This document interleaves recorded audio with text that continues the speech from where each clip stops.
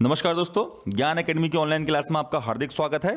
आज के वीडियो में हम डिस्कशन करेंगे जो हमने पहले पार्ट में 50 क्वेश्चन किए थे 2018 उत्तराखंड प्रवक्ता संवर्ग यानी कि लेक्चरर के पेपर की और कौन सा सब्जेक्ट की, पॉलिटिकल साइंस की। ठीक है दोस्तों, आज हम बात करेंगे 50 से आगे के क्वेश्चन की। जिन्होंने मेरा इससे पहले का वीडियो नहीं देखा है 50 तक के क्वेश्चनों का, उनके लिए एक डिस्क्रिप्शन बॉक्स में लिंक दे दिया जाएगा। आप उस लिंक में जाइए और आगे के 50 क्वेश्चन को देख लीजिए। वीडियो बहुत लंबा ना बने, ज्यादा लेंथी ना बने, इसके लिए मैं इन पेपर को 2 पार्ट में लेकर आ रहा हूं। और इसके साथ साथ मैं आपको फिर से बताना चाहता हूं कि ज्योग्राफी का जो पेपर था 2018 लेक्चरर का, वो भी हम अपनी यूट्यूब चैनल में डाल चुके हैं। तो जाइए, उसे भी डिस्क्रिप्शन बॉक्स में आपको लिंक मिलेगा, उस लिंक में क्लिक कीजिए और उस वीडियो को पूरी तरह से देख लीजिए। तो आइए दोस्तों, शुरू करते हैं आज का वीडियो और बात करते हैं क्वेश्चन नंबर 50 की। तो देखिए, क्वेश्चन नंबर 50 आपका क्या बोलता है, सांस्कृतिक क्रांति एवं स्थायी क्रांति के सिद्धांतों का प्रतिपादन करने के लिए निम्न में से किस राजनेता द्वारा किया गया था। यानी कि सांस्कृतिक क्रांति और स्थायी क्रांति जो सिद्धांत थे, उनका प्रतिपादन किस राजनेता ने किया था। तो इसका ऑप्शन है A Hitler, B Mao, C Mussolini और डी लेनिन। तो दोस्तों, इसका सही आंसर है आपका क्या, मायो। तो मायो ने क्या करा था, मायो ने सांस्कृतिक क्रांति और स्थायी क्रांति के सिद्धांतों का प्रतिपादन किया था। आगे बढ़ते हैं क्वेश्चन नंबर 51 की तरफ को। क्वेश्चन नंबर 51 में दिया गया है, निम्नलिखित में से उनके कालानुक्रम में व्यवस्थित किए। यानी कि 4 घटनाएं आपको दी गई हैं, इन घटनाओं को उनके समय अनुसार आपको क्या करना है, व्यवस्थित करना है। पहली घटना है नेहरू समिति रिपोर्ट, दूसरी घटना है भारत छोड़ो आंदोलन, तीसरी है सविनय विज्ञान आंदोलन और चौथी है पूर्ण स्वतंत्रता की घोषणा।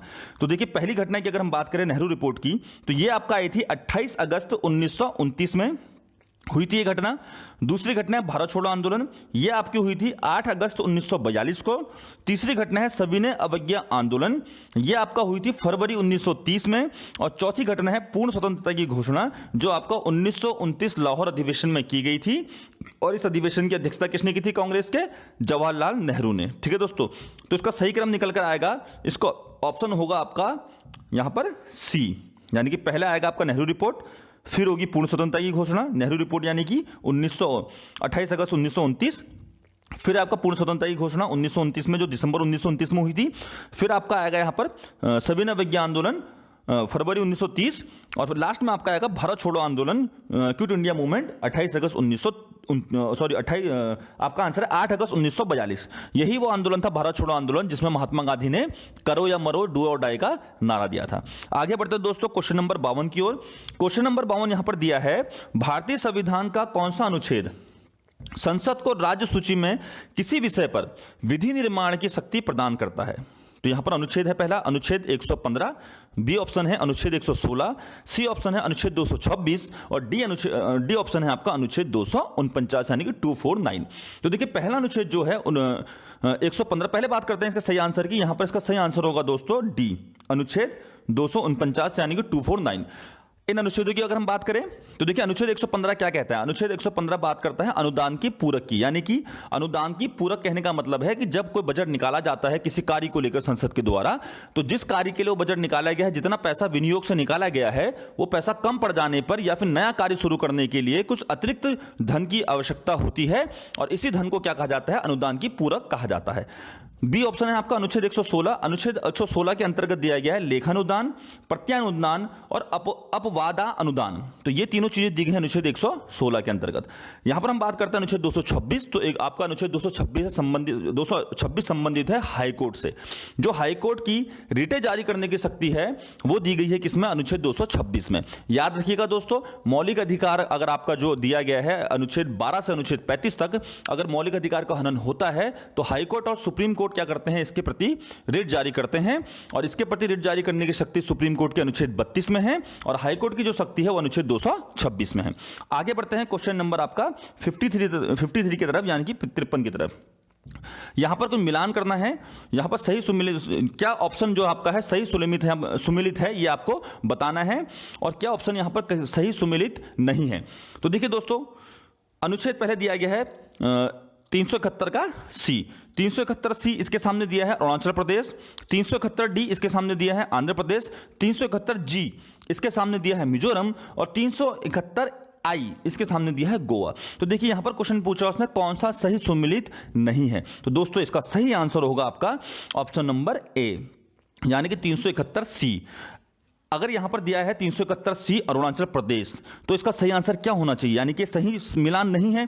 तो दोस्तों इसका सही आंसर होगा 371C जो है वो आपका है किससे संबंधित, मणिपुर से संबंधित है। तो इसका सही आंसर होगा मणिपुर। तो हम बात करते हैं अरुणाचल प्रदेश की। यदि 371C मणिपुर से संबंधित है तो अरुणाचल प्रदेश से संबंधित कौन सा अनुच्छेद है? तो दोस्तों याद रखिएगा, अरुणाचल प्रदेश से संबंधित जो आपका अनुच्छेद है वो है आपका 371H। 371H ये किससे संबंधित है? ये संबंधित है अरुणाचल प्रदेश से। आगे बढ़ते हैं, आगे क्वेश्चन की ओर को रुख करते हैं और यहां पर हम बात करेंगे अब क्वेश्चन नंबर आपका 54 की, यानी कि 54 की। तो देखिए क्वेश्चन नंबर 54 क्या पूछा गया है। क्वेश्चन नंबर 54 पूछा गया है, किस सम्मेलन द्वारा संयुक्त राष्ट्र चार्टर को 26 जनवरी 1945 में अपनाया गया था? तो यहां पर इसका सही आंसर दोस्तों क्या निकल कर आएगा? यहां पर ऑप्शन दिए हैं आपका लंदन सम्मेलन, टोक्यो सम्मेलन, सैन फ्रांसिस्को सम्मेलन और डबटन ओक्स सम्मेलन। तो दोस्तों इसका सही आंसर है आपका ऑप्शन नंबर सी, यानी कि सैन फ्रांसिस्को सम्मेलन। ठीक है दोस्तों, 26 जनवरी 1945 को सैन फ्रांसिस्को सम्मेलन के अंतर्गत संयुक्त राष्ट्र चार्टर को अपनाया गया था, यानी कि यूएन चार्टर को अपनाया गया था। आगे बढ़ते हैं क्वेश्चन नंबर 55 की ओर को। संयुक्त राष्ट्र महासभा के अध्यक्ष का कार्यकाल होता है, ऑप्शन है आपका 6 माह, 12 माह, 60 माह और आपका यहां पर तीसरा और चौथा ऑप्शन है 24 माह। तो इसका सही आंसर आपका दोस्तों 12 माह, यानी कि 12 माह जो है आपका संयुक्त राष्ट्र महासभा के अध्यक्ष का क्या होता है, कार्यकाल होता है। आगे बढ़ते हैं, देखिए जो संयुक्त राष्ट्र की जो महासभा है उसमें जो आपका यूएन की 6 पार्ट हैं, कौन कौन से? एक महासभा है, एक सुरक्षा परिषद है, तीसरा है सामाजिक आर्थिक परिषद, चौथा है न्यास परिषद, पांचवा है अंतर्राष्ट्रीय न्यायालय और छठा है सचिवालय। तो इन 6 पार्टों में से अंतर्राष्ट्रीय जो आपका परिषद है उसके संयुक्त राष्ट्र जो है उसके 6 पार्टों में से एक पार्ट आपका क्या है, महासभा है, यूएन महासभा, जिसका अध्यक्ष का कार्यकाल होता है आपका 12 महीने। आगे बढ़ते हैं क्वेश्चन नंबर 56 की ओर को, 56 की ओर को। यहां पर पूछा गया है ब्रेटन वुड्स समझौते पर निम्नलिखित में से किस एजेंसी की स्थापना की गई थी?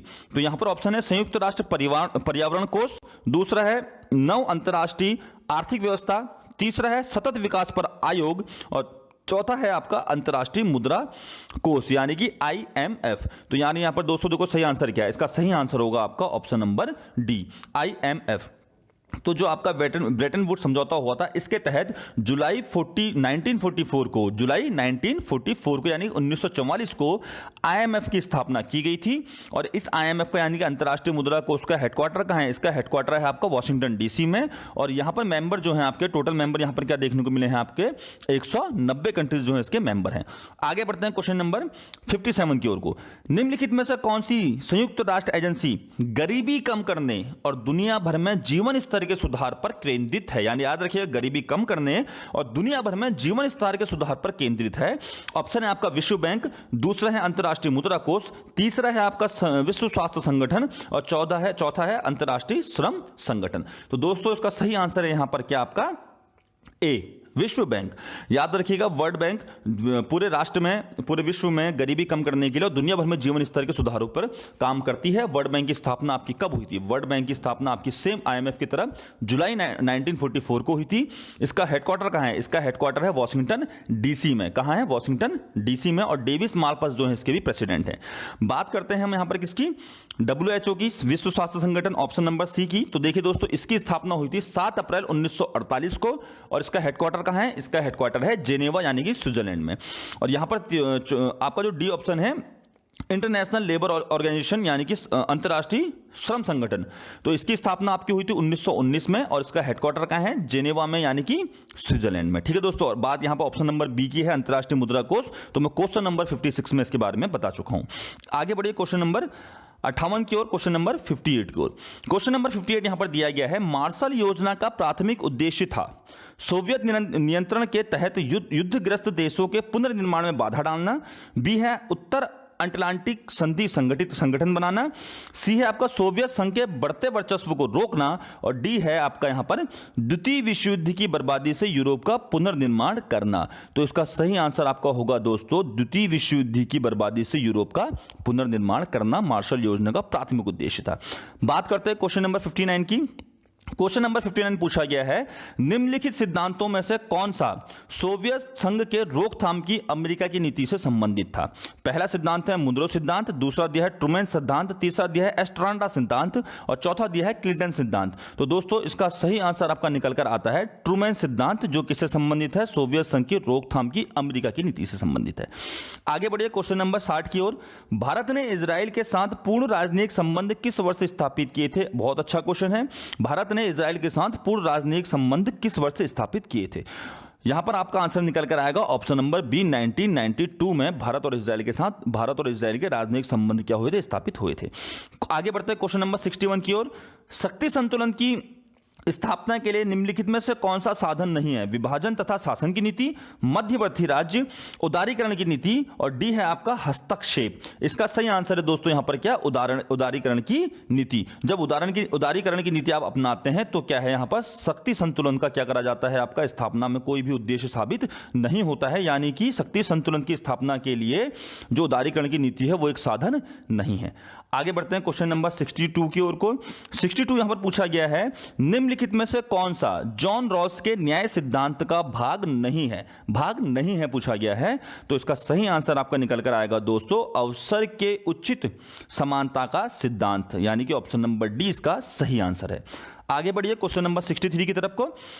राजनीतिक संस्कृति के वर्गीकरण में अम्बांड ने निम्नलिखित में से किस राजनीतिक व्यवस्था को सम्मिलित नहीं किया था? पहला ऑप्शन है महाद्वीपीय यूरोपियन राजनीतिक व्यवस्था, बी है गैर पाश्चात्य राजनीतिक व्यवस्था, सी है आपका सर्वाधिकारवादी राजनीतिक व्यवस्था और डी है आपका साम्यवादी राजनीतिक व्यवस्था। तो इसका सही आंसर निकल कर आया है ऑप्शन नंबर डी, साम्यवादी राजनीतिक व्यवस्था। आगे बढ़ते हैं और बात करते हैं क्वेश्चन नंबर 64 की। यहां पर देखिए दोस्तों क्वेश्चन नंबर 64 पूछा गया है, निम्नलिखित में से कौन सी पुस्तक लेनिन द्वारा नहीं लिखी गई है? किसके द्वारा? लेनिन के द्वारा नहीं लिखी गई है। ऑप्शन है what is to be done, B है फिलॉसफी ऑफ मार्क्सिज्म, सी है आपका स्टेट एंड रेवोल्यूशन और डी है आपका इंपीरियलिज्म द हाइट्स स्टेज ऑफ कैपिटलिज्म। तो इसका सही आंसर है दोस्तों यहां पर क्या? ऑप्शन नंबर बी, फिलॉसफी और मार्क्सिज्म। ये पुस्तक क्या है? लेनिन के द्वारा नहीं लिखी गई है। आगे बढ़े क्वेश्चन नंबर 65 की तरफ 65 की ओर। यहां पूछा गया है, निम्नलिखित बजट प्रारूपों में से कौन सा बजट के प्रबंधन दृष्टिकोण का उदाहरण नहीं है? तो आंसर आपका होगा लाइन आइटम बजटन प्रणाली। लाइन आइटम बजटन प्रणाली जो है आपका प्रबंध दृष्टिकोण का, बजट के प्रबंधन दृष्टिकोण का उदाहरण नहीं है। बाकी जितने भी आपके यहां पर ऑप्शन है वो सारे के सारे बजट के प्रबंधन दृष्टिकोण का एक सही और सटीक उदाहरण है। क्वेश्चन नंबर 66 देखिए, यह विचार किस विचारक का है कि युद्ध हितकर है क्योंकि इससे देश प्रेम और राज्य भक्ति की भावना की पुष्टि होती है? तो इसका सही आंसर है दोस्तों आपका सी, यानी कि हिगेल के द्वारा इस कथन को कहा गया था। हिगेल जो विचारक थे उनका यह मानना था, उनका यह विचार था। क्वेश्चन नंबर 67 की तरफ बढ़ते हैं। त्रुटि युक्त युग्म का पता लगाइए। 4 ऑप्शन दिए हैं, आपको इसमें से बताना है किस युग्म में क्या है त्रुटि है, क्या है, कौन सा युग्म सुमेलित नहीं है, सही सुमेलित नहीं है। तो इसका दोस्तों आपका सही आंसर है 67 का क्वेश्चन नंबर ए, जीन बॉल्डेल। इसके सामने लिखा मॉडर्न पॉलिटिकल एनालिसिस। ये आपका क्या है? त्रुटि युक्त एक युग्म है और सही आंसर है आपका 67 का ए। क्वेश्चन नंबर 68 की ओर बढ़िए। किस विचारक को अमेरिकी संविधान निर्माताओं का बौद्धिक जनक कहा जाता है? क्वेश्चन नंबर 68, इसका सही आंसर होगा आपका ऑप्शन है आपका वुडरो विल्सन, जॉन लॉक, मॉन्टेक्यू और आपका है ऑप्शन नंबर डी। तो इसका सही आंसर आपका ऑप्शन नंबर सी। आगे बढ़ते हैं 69 की तरफ। उपद्रव और प्रदर्शन प्राय उदाहरण है संस्थात्मक हित समूह के, समुदायात्मक हित समूह के, असमुदायतक हित समूह के और प्रतिमानित हित समूह के। तो इसका सही आंसर आपका निकल कर आएगा यहां पर क्या? ऑप्शन नंबर डी, प्रतिमानित हित समूह के। आगे बढ़ते हैं क्वेश्चन नंबर 70 की ओर को।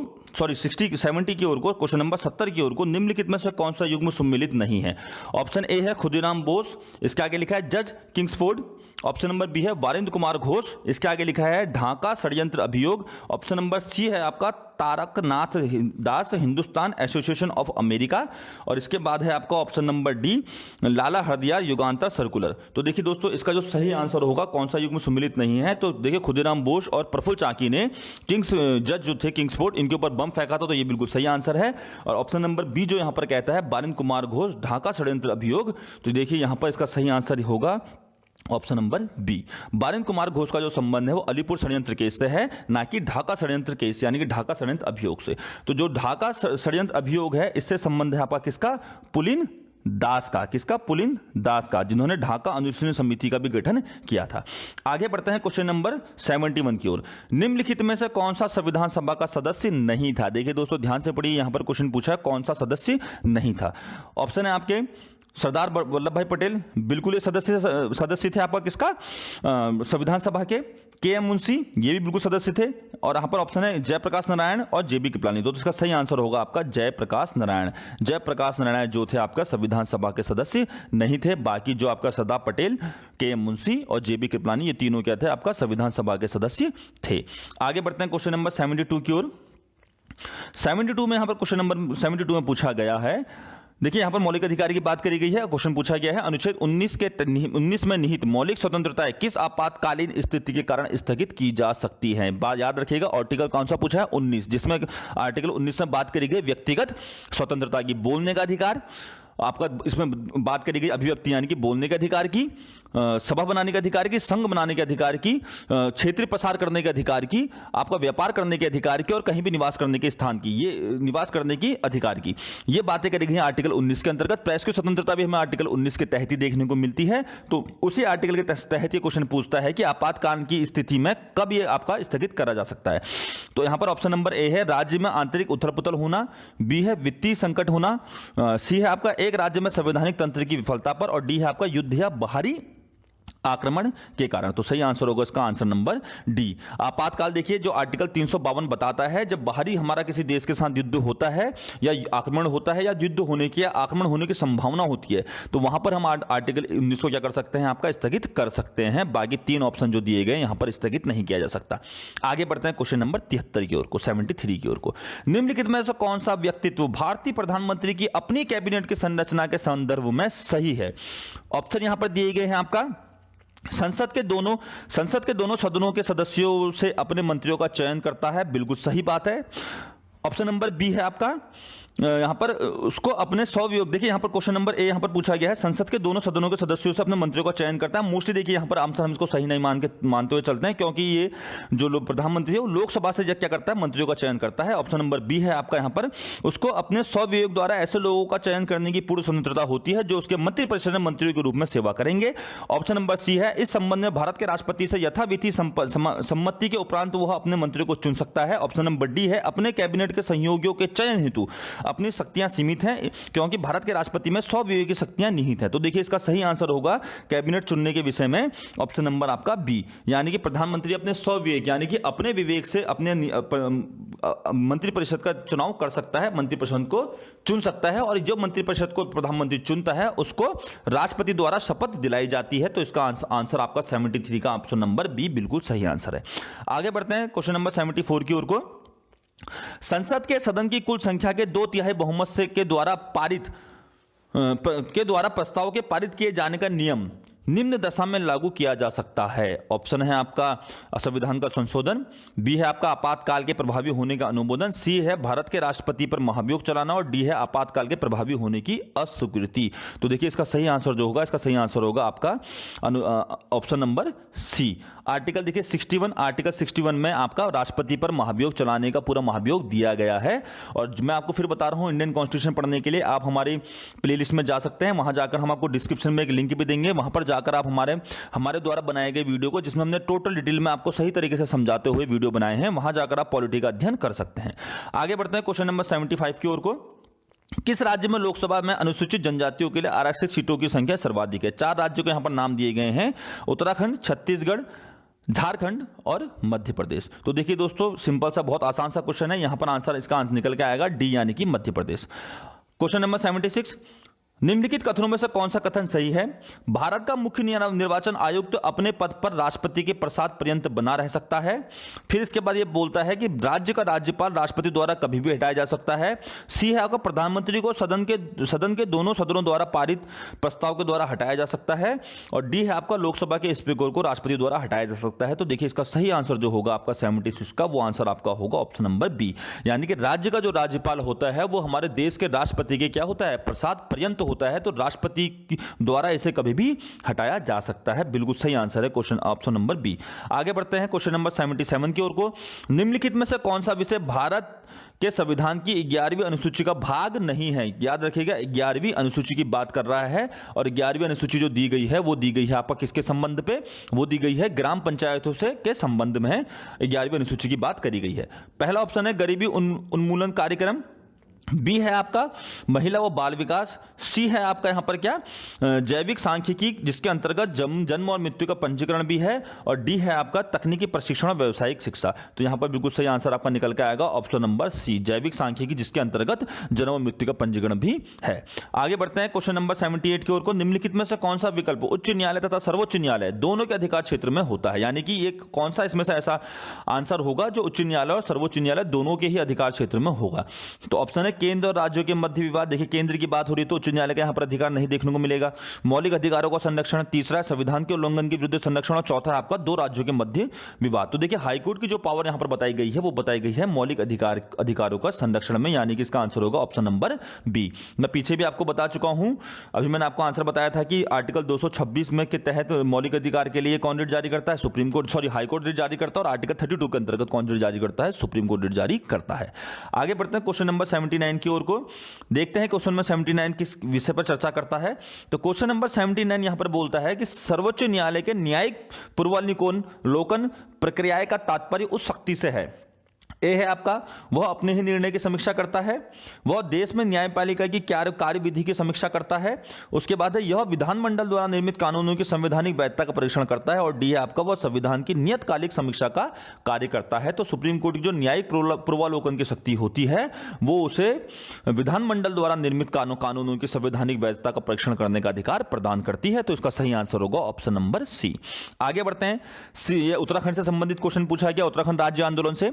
श्रीमती बेलमती चौहान और श्रीमती हंसा धनाई उत्तराखंड राज्य आंदोलन की शहीद थी, उनकी शहादत का स्थान इंगित कीजिए। ए है आपका खटीमा, बी है हल्द्वानी, सी है मसूरी, और डी है रामपुर तिराहा कांड। यानी कि जो मसूरी गोलीकांड हुआ था वहां पर बेलमती चौहान और हंसा धनाई क्या हो गई थी? शहीद हो गई थी। ऑप्शन नंबर डी देखिए, सॉरी क्वेश्चन नंबर 81 देखिए। निम्नलिखित में से कौन सी शक्ति की विशेषता नहीं है? पहला है शक्ति संवादनात्मक होती है, बी है आपका शक्ति एक पक्षीय होती है, शक्ति द्विपक्षीय होती है, और सी है आपका शक्ति स्थितिजन्य होती है। तो इसका सही आंसर होगा आपका शक्ति क्या है? एक पक्षीय होती है, यानी कि एक ही पक्ष के पास यहां पर देखने को मिलती है। तो नहीं, इसका सही आंसर क्या होगा? सी, यानी कि शक्ति दो पक्षी। देखिए दो पक्ष अगर निकल कर आ रहा है तो दोनों पक्षों की अपनी एक शक्ति होती है, शक्ति का जो है संबंध भी होता है तो इसलिए संबंधात्मक भी होती है, और डी है शक्ति स्थितिजन्य भी होती है। तो इसका सही आंसर जो होगा शक्ति एक पक्षी होती है, यानी कि जो शक्ति की एक विशेषता नहीं है। आगे बढ़ते हैं क्वेश्चन नंबर 82 की ओर को। यहां पर 82 लिखा गया है निम्नलिखित में से कौन सा लौकिक संप्रभुता का समर्थन नहीं है? John Austin, Rousseau, Lord Bryce और गिल क्राइस्टिन। या तो इसका सही आंसर होगा आपका option number A John Austin. John Austin क्या है आपका सही लौकिक संप्रभुता का समर्थक नहीं है, तो सही आंसर निकल कर आया जॉन ऑस्टिन। क्वेश्चन नंबर 83 की तरफ को पढ़ते हैं। मनुस्मृति के कितने अध्याय हैं? यहां पर पूछा गया है मनुस्मृति के बारे में। आपको देखिए वैदिक साहित्य में हम जाते हैं तो वहां पर वैदिक साहित्य में वेद आते हैं, ब्राह्मण आते हैं, अरण्यक आते हैं, उपनिषद आते हैं, तो उसी के साथ साथ पुराण आते हैं, और यहां पर एक शब्द निकल कर आता है स्मृति। स्मृति मतलब कि जो अपनी यादें, जो भी आपकी मेमोरी थी आप लिखते चले गए और स्मृति पे स्मृति जुड़ती चली गई। तो मनुस्मृति जो थी आपका प्राचीन स्मृति मानी जाती है, और मनुस्मृति को आपका हिंदू धर्म का प्राचीन क्या माना जाता है? आपका प्राचीन कानून का ग्रंथ भी माना गया है। तो अनुच्छेद 83 सॉरी क्वेश्चन नंबर 83 पूछा गया है मनुस्मृति कितने अध्याय हैं? तो इसका सही आंसर होगा 12। मनुस्मृति के कितने अध्याय हैं? 12 अध्याय हैं। क्वेश्चन नंबर 84 की तरफ बढ़ते हैं। थॉट्स ऑन पाकिस्तान, यानी कि पाकिस्तान पर विचार, थॉट्स ऑन पाकिस्तान पुस्तक किसने लिखी है, यानी इसके लेखक कौन है? तो यहां पर ऑप्शन है महात्मा गांधी, जिन्ना, मोहम्मद इकबाल, और ऑप्शन नंबर डी है बी आर अंबेडकर। तो सही आंसर होगा इसका ऑप्शन नंबर डी, यानी कि B R Ambedkar. Question number 85 की तरफ बढ़ते हैं। राज्य के मंत्रिमंडल की बैठक की अध्यक्षता कौन करता है? तो यहां पर ऑप्शन है राज्यपाल, राष्ट्रपति, प्रधानमंत्री और मुख्यमंत्री। देखिए केंद्र में जिस प्रकार मंत्रिमंडल की बैठक की अध्यक्षता प्रधानमंत्री करता है, उसी प्रकार राज्य में मंत्रिमंडल की अध्यक्षता कौन करता है? यहां पर मंत्रिमंडल की अध्यक्षता करेगा मुख्यमंत्री। तो इसका सही आंसर आपका निकल कर आएगा option number D. Question number 86 में पूछा गया है भारत में जनहित याचिका व्यवस्था शुरुआत हुई किस प्रकार से? जनहित व्यवस्था की शुरुआत की गई थी जो पीआईएल दर्ज की जाती है, ऑप्शन है पहला आपका संवैधानिक संशोधन द्वारा, दूसरा है न्यायिक पहल द्वारा, सी है राजनीतिक दलों द्वारा और डी है आपका एक संसदीय अधिनियम द्वारा। तो इसका बिल्कुल सटीक और सही आंसर होगा आपका ए, न्यायिक पहल द्वारा, यानी कि जो आपके जज थे उनके द्वारा, जो न्यायाधीश थे उनके द्वारा पहल करी गई थी, तो जो कोर्ट के थ्रू यहां इसको पारित किया गया था, न्यायिक पहल द्वारा ये शुरू हुई थी। ऑप्शन नंबर बी आपका बिल्कुल सही आंसर है। आगे बढ़ते हैं क्वेश्चन नंबर 87 की ओर को। यहां पर पूछा गया है भारतीय राष्ट्रीय कांग्रेस के प्रथम अधिवेशन की अध्यक्षता किसने की? ऑप्शन है आपका ए ओ ह्यूम, बी है आपका WC बनर्जी और आपका फिर सी ऑप्शन है कादम्बिनी गांगुली और डी ऑप्शन है आनंद मोहन बोस। तो इसका सही आंसर आपका निकल कर आएगा दोस्तों WC बनर्जी। 1885 में देखिए एओ ह्यूम के द्वारा इसकी स्थापना करी गई थी कांग्रेस की। कांग्रेस जो शब्द है अमेरिका से लिया गया है। कांग्रेस शब्द का मतलब होता है अ ग्रुप ऑफ पीपल, यानी कि भारत, यानी कि लोगों का समूह। तो लॉर्ड डफरिन जो वायसराय थे, उनके कहने पर एक रिटायर्ड प्रशासनिक अधिकारी जो स्कॉटलैंड के रहने वाले थे, एओ ह्यूम, इनके द्वारा कांग्रेस की स्थापना की गई थी और जो इसका पहला अधिवेशन हुआ था बंबई में हुआ था, ग्वालियर टैंक के पास, और इस अधिवेशन की अध्यक्षता की थी आपका WC बनर्जी ने। और जो एओ ह्यूम थे ये कांग्रेस के क्या थे? पहले महासचिव थे। जो इसका सही आंसर आपका होगा option number B WC Banerjee. आगे बढ़ते हैं क्वेश्चन नंबर 88 की ओर को। 2011 की जनगणना के अनुसार उत्तराखंड का सबसे कम जनसंख्या घनत्व वाला जिला कौन सा है? तो इसका सही आंसर आपका निकल कर आएगा उत्तरकाशी, जो 2011 की जनगणना के अनुसार उत्तराखंड का सबसे कम जनघनत्व वाला जिला माना गया है। क्वेश्चन नंबर 89 देखिए। क्वेश्चन नंबर 89 बोला गया निम्नलिखित में से कौन सी संविधान की विशेषता नहीं है? देखिए संविधान की विशेषता नहीं है पूछा गया है। तो संरचनात्मक शासन, मौलिक अधिकार, दोहरी नागरिकता और लिखित संविधान। तो इसका सही आंसर आपका निकल कर आएगा दोस्तों दोहरी नागरिकता भारतीय संविधान की विशेषता नहीं है, यहां पर बोला गया है, और इसका सही आंसर है दोहरी नागरिकता। आगे बढ़ते हैं क्वेश्चन नंबर 90 की ओर को।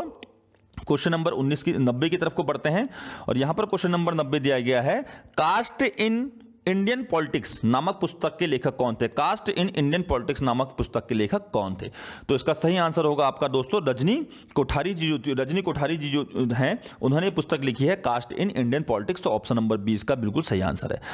91 की बात करें, राज्य मंत्री परिषद अपने कार्यों के लिए उत्तरदायी है राज्यपाल के प्रति, विधानसभा के प्रति, राष्ट्रपति के प्रति या विधान परिषद के प्रति? तो दोस्तों इसका सही आंसर होगा आपका ऑप्शन नंबर बी। याद रखिए दोस्तों, जो राज्य परिषद होती है इसी प्रकार केंद्रीय मंत्री परिषद भी होती है। तो जो राज्य मंत्री परिषद होती है वो सामूहिक रूप से तो विधानसभा के प्रति जिम्मेदार होती है, लेकिन यहाँ के जो मंत्री होते हैं व्यक्तिगत रूप से राज्यपाल के प्रति जिम्मेदार होते हैं।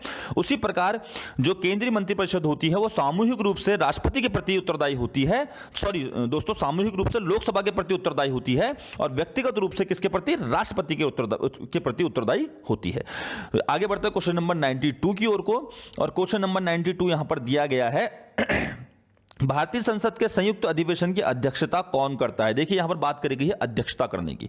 तो यहां पर ऑप्शन है प्रधानमंत्री, राष्ट्रपति, उपराष्ट्रपति, लोकसभा का अध्यक्ष। तो सही आंसर दोस्तों इसके यहां पर होगा ऑप्शन नंबर डी लोकसभा का अध्यक्ष। लोकसभा का अध्यक्ष भारतीय संसद की जो संयुक्त अधिवेशन होता है, यानी कि राज्यसभा और लोकसभा का एक साथ जब अधिवेशन कराया जाता है तो उसको कराने की, उस अधिवेशन को बुलाने की जो पावर है वो है राष्ट्रपति के पास, और उस अधिवेशन की अध्यक्षता करने की पावर किसको दी गई है? वो पावर दी गई है लोकसभा के अध्यक्ष को। आगे बढ़ते हैं क्वेश्चन नंबर 93 की को। क्वेश्चन नंबर 93 यहां पर बोलता है भारतीय संविधान में संवर्ती सूची को किस देश के संविधान से ग्रहण किया गया है? तो यहां पर देखिए दोस्तों ऑप्शन है ऑस्ट्रेलिया, आयरलैंड, संयुक्त राज्य अमेरिका और ब्रिटेन। तो हमारा जो संवर्ती सूची है, जो अनुसूचियों में बताई गई है 3 प्रकार की सूची, केंद्रीय सूची, राज्य सूची और संवर्ती सूची, यानी कि संघ सूची, राज्य सूची और संवर्ती सूची। संघ सूची में जो विषय दिए गए हैं उन पे कानून बनाने का, उन पे कार्य करने का अधिकार दिया है संघ यानी केंद्र को। राज्य सूची के अंदर जो विषय दिए गए हैं उन पे अधिकार दिया गया राज्य को, और संवर्ती सूची के अंदर जो दिए गए हैं उन पे दोनों का अधिकार है, केंद्र का भी और राज्य का भी। लेकिन अगर बात आती है दोनों की शक्ति के बारे में तो संवर्ती सूची में पहला अधिकार दिया जाता है केंद्र को। तो यहां पर देखिए 93 का आंसर आपका निकल कर आएगा ए, यानी कि ऑस्ट्रेलिया। आगे बढ़ते हैं 94 की ओर को। पंचायती राज प्रणाली आधारित है शक्ति के केंद्रीकरण पर, ग्रामीण विकास पर, प्रशासन के सहयोग पर या सत्ता के विकेंद्रीकरण पर? बहुत अच्छा क्वेश्चन है, बहुत बार एग्जाम में पूछा जाता है। इसका सही आंसर होगा ऑप्शन नंबर डी सत्ता के विकेंद्रीकरण पर। क्वेश्चन नंबर 95 की बात करते हैं। कानून संप्रभुता का सिद्धांत किसने प्रतिपादित किया था? आमंड ने, ऑक्स्टन ने, ऑस्टिन ने या अरस्तू ने? तो दोस्तों इसका सही आंसर निकल गया आपका ऑस्टिन, यानी ऑस्टिन के द्वारा कानूनी संप्रभुता का सिद्धांत दिया गया था।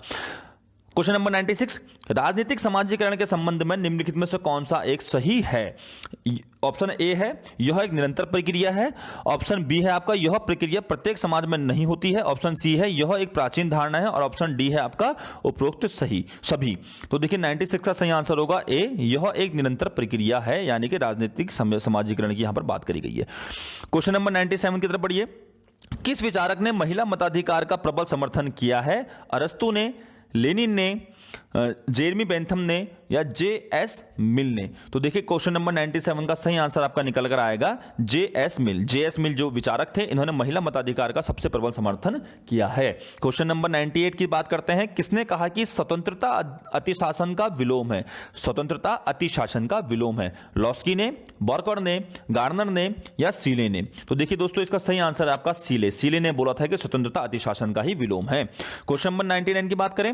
उत्तराखंड में कितने सांसद लोकसभा के निर्वाचित होते हैं? यहां पर ऑप्शन दे रखे हैं 5, 4, 6 या 7। तो इसका सही आंसर है दोस्तों आपका 5। अभी उत्तराखंड में 5 सांसद हैं जो उत्तराखंड की लोकसभा से, उत्तराखंड राज्य की लोकसभा से चुनकर जाते हैं, उत्तराखंड से लोकसभा के लिए चुन के जाते हैं। और यहीं पर देखिए राज्यसभा के लिए जो सीटें हैं, और राज्यसभा के लिए कितनी सीटें हैं? 3 सीटें हैं राज्यसभा की जो उत्तराखंड से चुनी जाती हैं। और लास्ट क्वेश्चन हम करते हैं, आज का अंतिम क्वेश्चन करते हैं, क्वेश्चन नंबर 100। कौटिल्य द्वारा राज्य के किस सिद्धांत का प्रतिपादन किया गया था? ऑप्शन ए है न्याय का सिद्धांत, ऑप्शन बी है सप्तांग सिद्धांत, ऑप्शन सी है देवी सिद्धांत और ऑप्शन डी है दंड का सिद्धांत। तो देखिए कौटिल्य द्वारा दिया गया सप्तांग का सिद्धांत बहुत ज्यादा प्रसिद्ध है। किसके विषय में? राज्य के सिद्धांत के प्रतिपादन में। तो देखिए दोस्तों इसका 100 का आंसर होगा, क्वेश्चन नंबर 100 का आंसर है ऑप्शन नंबर बी, यानी कि सप्तांग सिद्धांत। तो हमने आज बात करी 2018 उत्तराखंड प्रवक्ता संवर्ग के पॉलिटिकल साइंस के पेपर की। इसी प्रकार से देखिए ज्योग्राफी का पेपर हम अपलोड कर चुके हैं, और भी आपको इसी प्रकार से हम जो समूह क के जो एग्जाम होने वाले हैं उत्तराखंड राज्य में, और इसी प्रकार यूपी में जो राज्य होने वाले हैं, यूपी राज्य में जो परीक्षा होने वाली है, उनके भी हम सॉल्व पेपर आपके सामने लेकर आएंगे एक्सप्लेनेशन के साथ। और इसके साथ साथ ईपीएफओ का जो एग्जाम होने वाला है यूपीएससी के द्वारा, उसका भी भली भांति रूप से एक्सप्लेनेशन करके हम आपके सामने क्या लेके आएंगे, भली भांति रूप से उसको विस्तारित करके आपके सामने पेपरों को लेके आएंगे। तो इन पेपरों को करने के लिए हमारे साथ जुड़े रहिए, ताकि एग्जाम में क्या हो, आप क्वेश्चनों को भली भांति रूप से समझ सकें और बढ़िया तरीके से, सटीक तरीके से सही ऑप्शन पर आंसर लगा सकें, और जल्द से जल्द क्या प्राप्त करें, अपनी सफलता को प्राप्त करें। जुड़े रहें हमारे चैनल के साथ, इसको सब्सक्राइब करिए, लाइक कीजिए और ज्यादा से ज्यादा शेयर कीजिए। तब तक के लिए धन्यवाद।